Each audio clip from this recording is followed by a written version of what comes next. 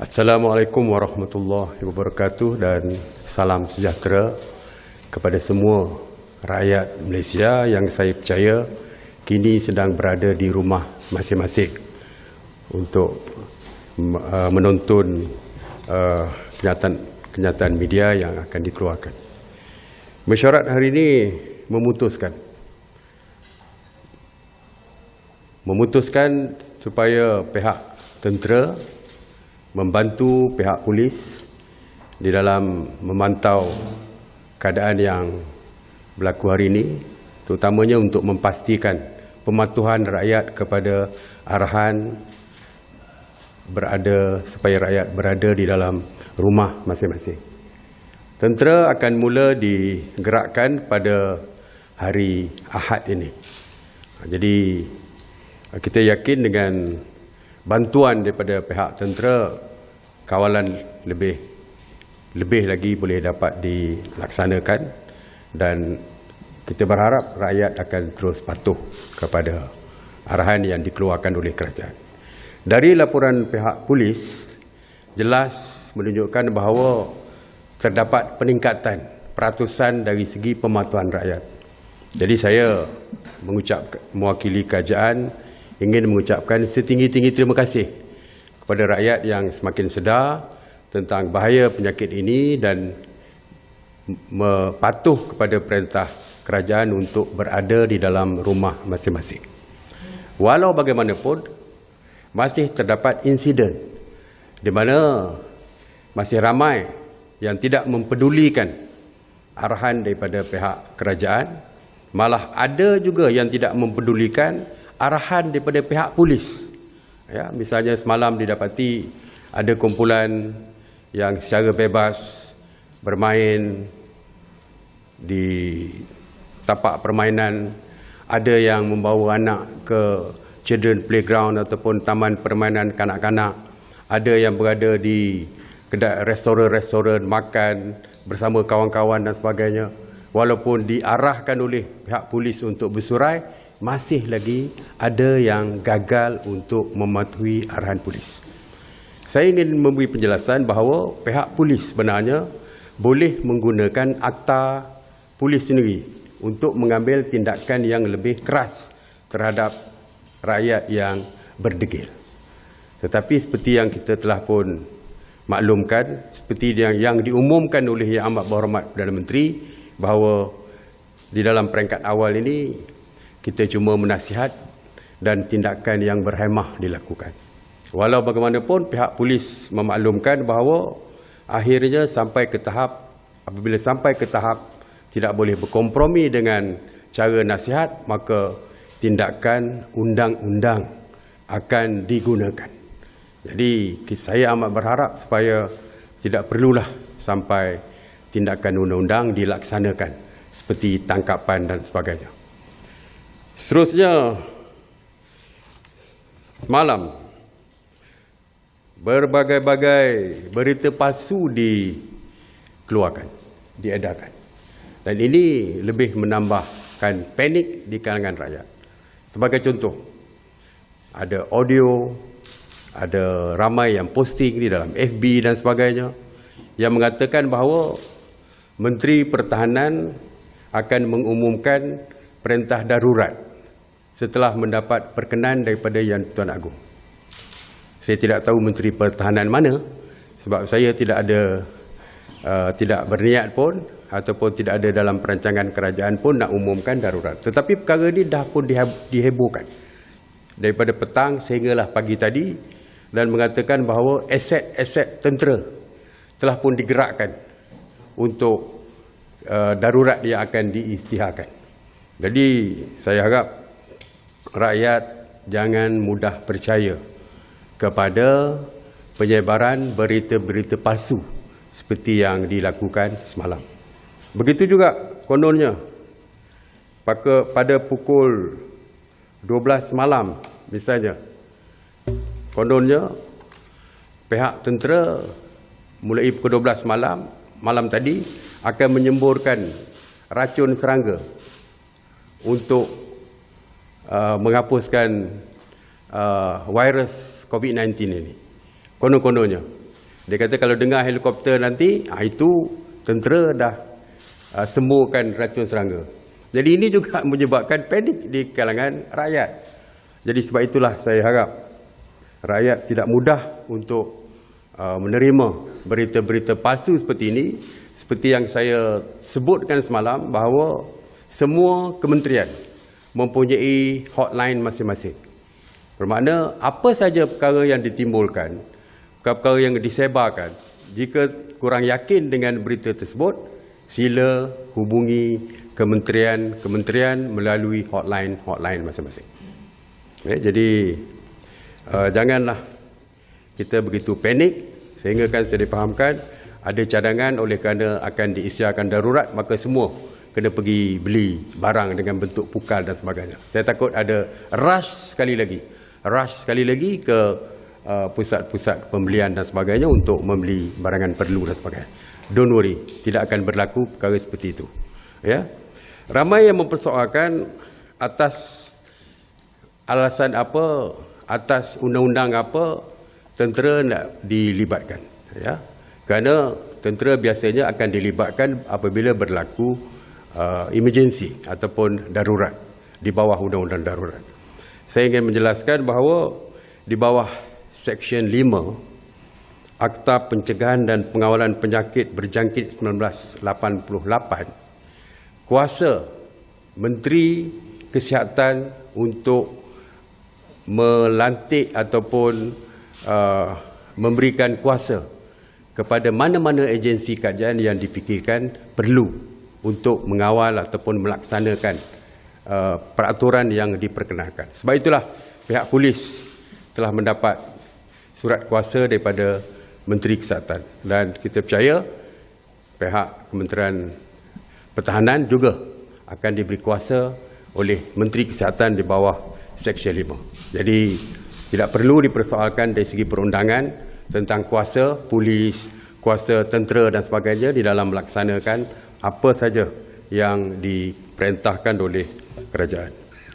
Dari segi hubungan Malaysia-Singapura, semalam saya maklumkan ada perbincangan dan kita telah pun memutuskan, sama-sama memutuskan bahawa semua pekerja-pekerja kita di Singapura akan meneruskan pekerjaan masing-masing, dan pihak kerajaan Singapura bersetuju untuk mewujudkan tempat tinggal mereka di Singapura selama 2 minggu. Jadi mereka akan ke Singapura, akan tinggal di tempat tinggal yang disediakan, dan apabila balik ke Malaysia, pihak Singapura akan membuat saringan bagi memastikan dari segi tahap kesihatan mereka. Jadi itu antara yang dibincangkan dan dipersetujui oleh Singapura dengan Malaysia. Dari segi penghantaran produk-produk makanan seperti biasa diteruskan, cuma pemandu itu akan disaring setiap kali keluar dan masuk, dan semuanya akan ditanggung oleh kerajaan Singapura. Dan kita bersetuju untuk mewujudkan 2 jawatan kuasa. Yang pertamanya jawatan kuasa bersama ataupun joint committee antara Singapura, Malaysia dan Singapura di peringkat menteri yang akan dipengungsikan bersama oleh saya dan juga Menteri Pertahanan Singapura. Dan keduanya, kita bersetuju untuk mewujudkan jawatan kuasa kerja yang dipengungsikan oleh KSU, Kementerian Luar, bersama dengan KSU kementerian-kementerian lain, dan bersama dengan KSU daripada Singapura dan kementerian mereka. Ya, untuk ini, maka Kajian Johor juga akan dilibatkan kerana ianya melibatkan pergerakan harian daripada Singapura dan Malaysia yang kita akan pantau daripada masa ke semasa. Satu lagi perkara yang kita bincang tadi adalah mengenai cuti sekolah. Menteri Pendidikan ada bersama kita. Cuti sekolah sebenarnya diteruskan sehingga ke 31 bulan 3. Kita faham. Ibu bapa mereka pun juga mendapat, tidak perlu datang ke pejabat, maknanya kerana pejabat kerajaan juga ditutup dan swasta ditutup. Cuma saya nak beritahu, jangan kerana anak sudah tidak bersekolah ada yang nak pulang ke Kuala Lumpur, nak menghabiskan waktu mereka tidak bekerja di Kuala Lumpur. Jadi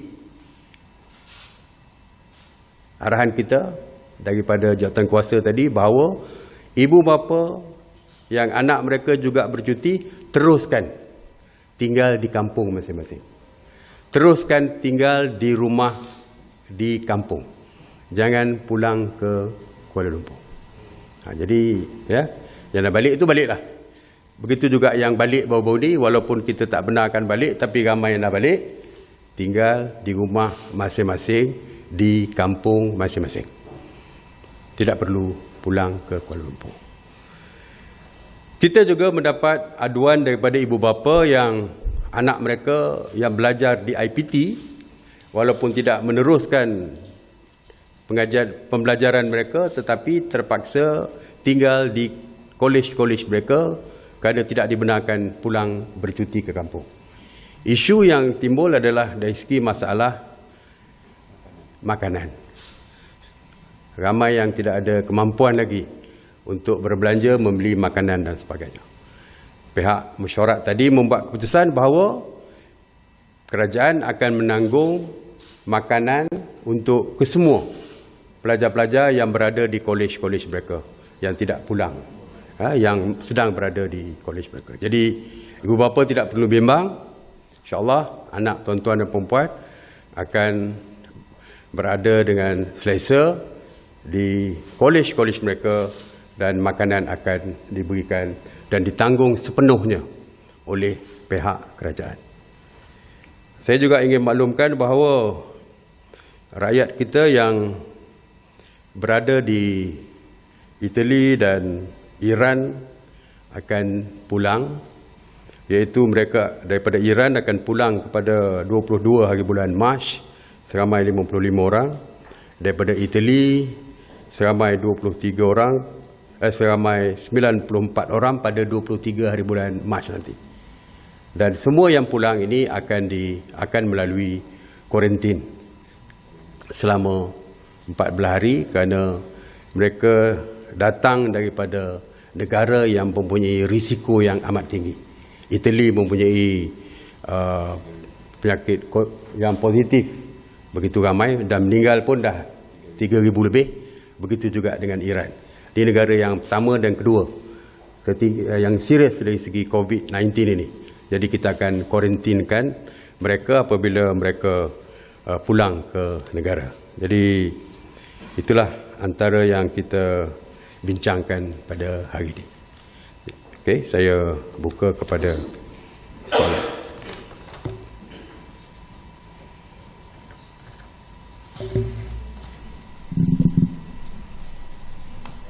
Okey, saya juga nak tambah, pihak polis akan meneruskan sekatan jalan raya, ya, akan meneruskan sekatan jalan raya. Begitu juga dengan haibahan-haibahan di setiap bandar-bandar akan terus dilaksanakan oleh pihak polis.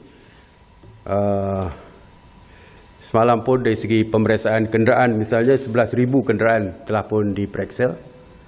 Dan satu lagi yang akan yang telah diputuskan tadi bahawa kemungkinan ada kesusahan daripada pekerja-pekerja, terutama jabatan kerajaan swasta dan sebagainya, apabila ditahan oleh pihak polis, tidak ada bukti yang mereka akan pergi ke pejabat mereka untuk bekerja, dan sedangkan mereka dibenarkan. Jadi KSU di setiap kementerian akan mengeluarkan surat pelepasan, surat kebenaran perjalanan kepada setiap pekerja, dan Menteri Kanan yang menjaga kluster ekonomi iaitu Datuk Seri Azmin akan mendapatkan surat-surat daripada pihak swasta dan sebagainya. Jadi kekeliruan yang selama ini timbul, ada masalah apabila melalui sekatan polis, akan dapat diselesaikan melalui pas kebenaran perjalanan yang akan dikeluarkan oleh KSU di setiap kementerian dan juga pejabat-pejabat swasta nanti. Okey? Tak ada apa-apa? Kalau tak ada apa-apa, saya nak... Hello, Assalamualaikum Datuk Seri. Ya, salam. Datuk Seri, tadi Datuk Seri ada maklum mengenai pelajar yang tinggal di kolej, pihak kerajaan akan menanggung perbelanjaan makanan, kan? Ya, saya. Setakat ini pihak jawatan kuasa dah trace ke berapa ramai pelajar yang tidak pulang ke kampung dan berapa peruntukan yang akan diperuntukkan? Kita ada 60,000 pelajar yang sedang berada di kolej-kolej di IPT. Dari jumlah tu pihak NADMA akan sedang membuat calculation berapa jumlah sebenar yang dia akan ditanggung oleh kerajaan. Dan saya juga terima kasih banyak kerajaan-kerajaan negeri misalnya mengambil inisiatif untuk memberikan sumbangan kepada pelajar-pelajar mereka daripada negeri mereka, ya. Ini on top of negeri. Pihak Persekutuan melalui NADMA juga akan memberikan sumbangan dan bantuan kepada pelajar-pelajar tersebut.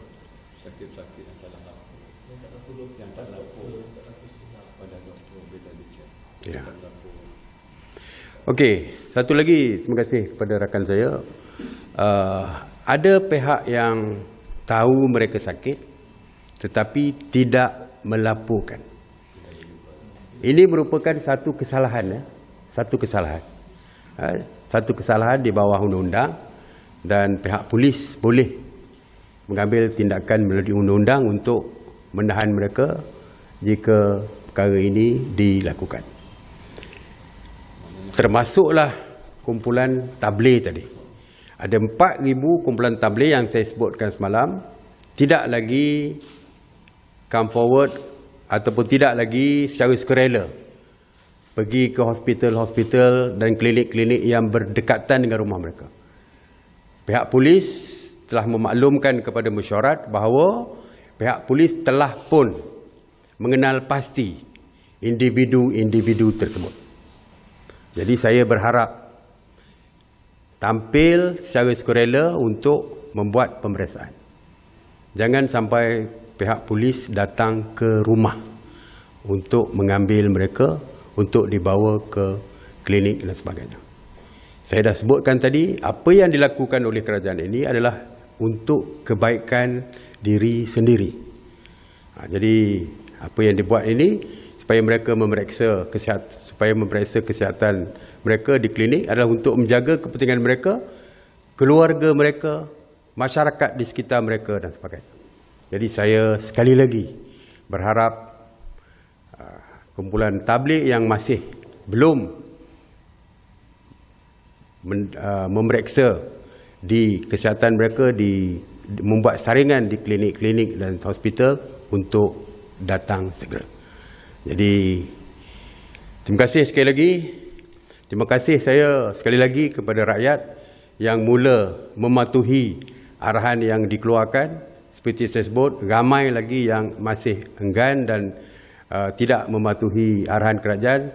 Tolong patuhi arahan kerajaan. Jaga nyawa sendiri-sendiri, jaga nyawa orang yang tersayang di sekeliling kita, dan jaga nyawa seluruh rakyat Malaysia. Jadi sila berada di rumah bagi memastikan keselamatan diri dan keselamatan keluarga dan masyarakat di sekitar kita. Terima kasih. Assalamualaikum warahmatullahi wabarakatuh. Tanya, adakah denda 1,000 tu masih lagi untuk rakyat akan dilaksanakan? Di bawah Kementerian Kesihatan. Ya. Masih lagi akta tu memang, cuma sama ada kita nak gunakan atau tidak lagi. Dari segi denda, malah boleh dipenjara 2 tahun. Di bawah Kementerian Kesihatan, Akta 342, penjara 2 tahun. Masih boleh digunakan.